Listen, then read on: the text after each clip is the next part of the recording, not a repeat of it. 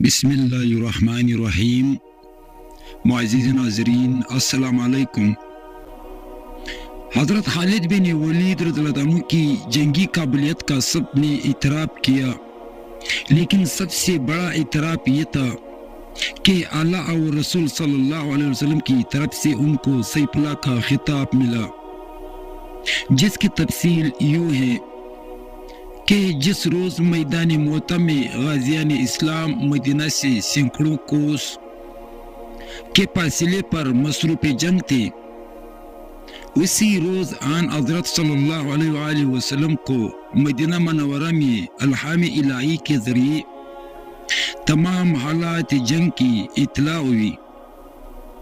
آپ صلی اللہ علیہ وسلم نے اسی وقت تمام مسلمانوں کو جمع کیا اور منبر پر چل کر فرما کہ تمہارے لشکر کی خبر یہ ہے کہ انہوں نے دشمنوں کا مقابلہ کیا، زید رضی اللہ عنہ شہید ہوا، اللہ نے اس کو بخش دیا۔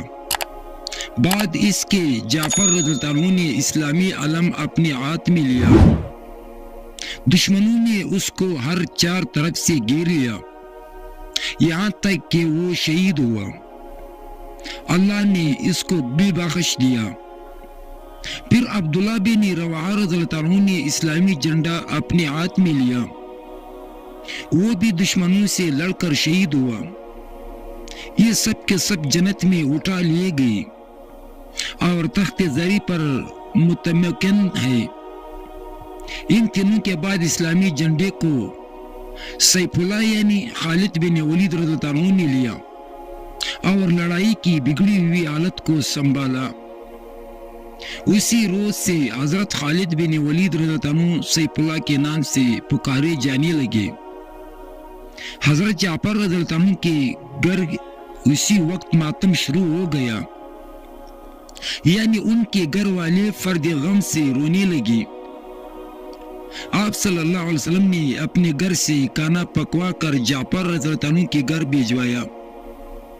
جب حضرت خالد بن ولید رضی اللہ عنہ اپنا پتہ مند لشکر لیے ہوئے مدینہ کے قریب پہنچے تو ہاں حضرت صلی اللہ علیہ وسلم مدینہ سے نکل کر کچھ دور تک بتدریج استقبال تشریف لے گئی۔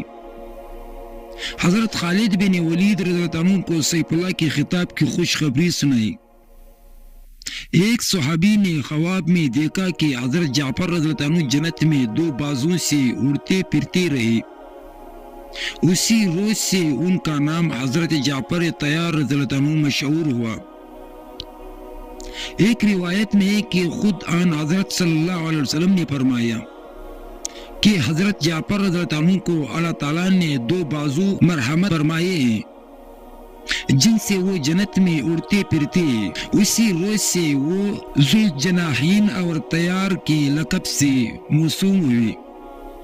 جنگ قضا، اس جنگ کے ایک ماہ بعد مدینہ میں خبر پہنچی کہ سرحد شام کے قریب قبیلہ قضا نے مدینہ پر حملہ آوری کے لیے لشکر جمع کیا۔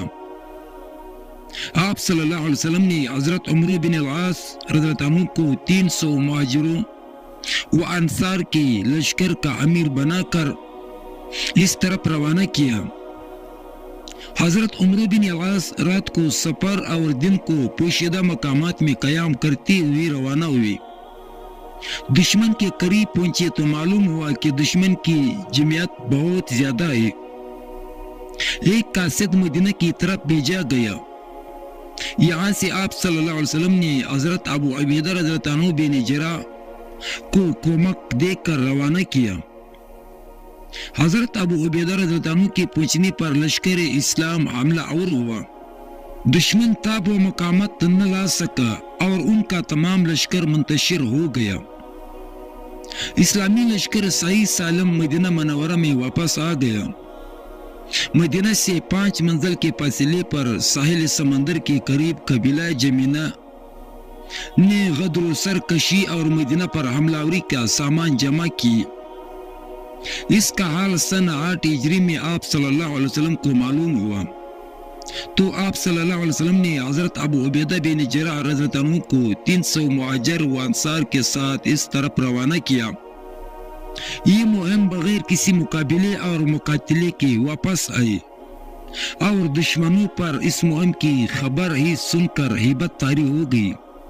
خالد بن ولید ابن مغیرہ رضی اللہ عنہ آپ خاندان قریش کی بہت ہی نامور اشراف میں سے ہے۔ ان کی والدہ حضرت بی بی لبابہ صغری رضی اللہ عنہ اما ام المؤمنین حضرت بی بی مومنہ رضی اللہ عنہ کی بہن تھی۔ آپ بہادری اور فن سپاہی و تدابیر جنگ کے اعتبار سے تمام صحابہ کرام رضی اللہ عنہ میں ایک خصوصی امتیاز رکھتے تھے۔ اسلام قبول کرنے سے پہلے ان کی اور ان کے باپ ولید کے اسلام دشمنی مشہور تھی۔ جنگ بدر اور جنگ احد کی لڑائیوں میں یہ کفار کے ساتھ رہے اور ان سے مسلمانوں کو بہت زیادہ جانی نقصان پہنچایا، مگر ناگہاں ان کے دل میں اسلام کی صداقت کا ایسا آفتاب طلوع ہو گیا کہ 7 ہجری میں یہ خود بخود مکہ سے مدینہ جا کر دربار رسالت میں حاضر ہو گئے اور دامن اسلام میں آ گئے اور یہ عہد کر لیا کہ اب زندگی بھر میری تلوار کفار سے لڑنے کے لیے بے نیام رہے گا۔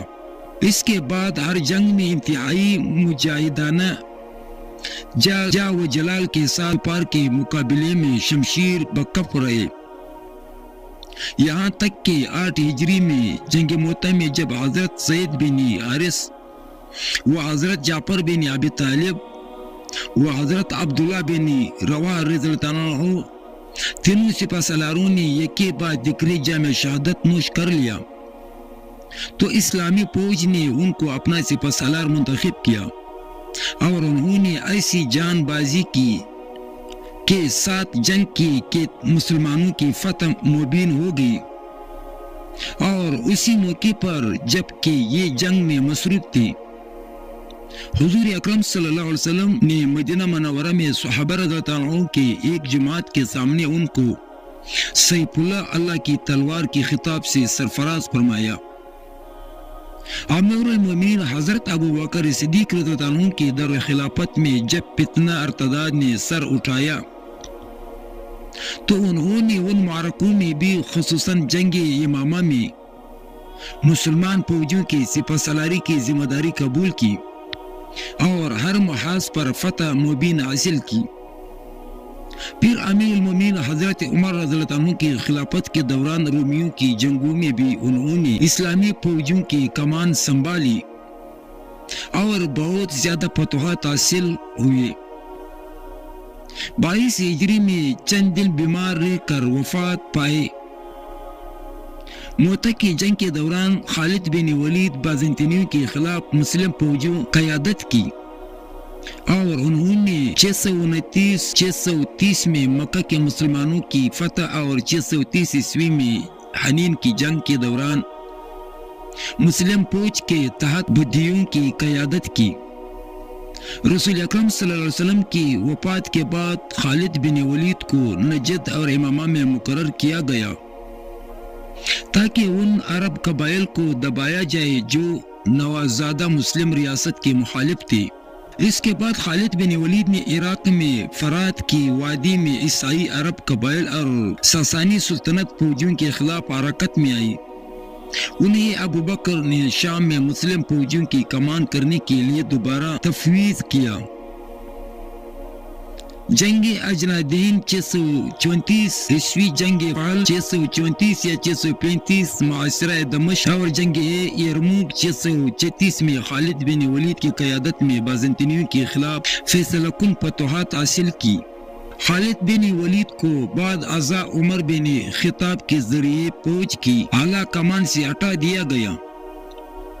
خالد بن ولید نے اپنے جانشین ابو عبیدہ بن جراح کی ماتحت حمص اور حلب کے معسکروں اور جنگ عذر میں خدمات انجام دی۔ اس جنگوں میں شہنشاہ ہرقل کے ماتحت شام سے سامراجی بازنطینی فوجیوں نے پسپائی اختیار کی۔